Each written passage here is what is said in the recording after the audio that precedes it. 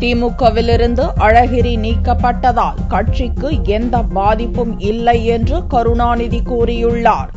திமுகவின் அடிப்படை உறுப்பினர் உள்ளிட்ட அனைத்து பொறுப்புகளிலிருந்தும் அழகிரி நீக்கப்பட்டிருப்பது குறித்து வெள்ளியன்று இரவு கருணாநிதியிடம் செய்தியாளர்கள் பேட்டி கண்டனர். அப்போது அழகிரியின் நீக்கத்தால் கட்சிக்கு எந்த பாதிப்பும் இல்லை என்று கருணாநிதி கூறினார்.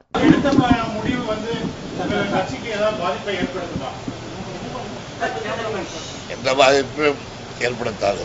வர இருக்கின்ற நாடாளுமன்ற தேர்தலில் தென் தமிழகத்தில் மதுரையிலிருந்து இருக்கக்கூடிய இடங்களில் பாதிப்பை ஏற்படுத்துமா? ஏன்னா அழகிரி அந்த ஏரியாவில் அதாவது பாதிப்பு திமுக வருவாங்க ஆவலாக இருக்கீங்க. பத்திரிகையாளருடைய கனவு நிறையாது. இது தேமுதிகவை சமாதானப்படுத்தும் முயற்சியா? என்னுடைய கற்பனைக்கை விட்டுவிடுகிறேன்.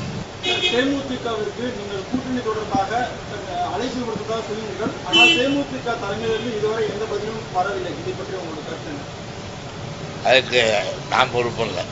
தென்மண்டல அமைப்பு செயலாளர் என்ற பதவி அழகிரிக்காகவே உருவாக்கப்பட்டது என்றும் கருணாநிதி கூறினார். அது அவருக்காக உருவாக்கப்பட்டது என்று யாருக்கும் தரப்பட மாட்டாது.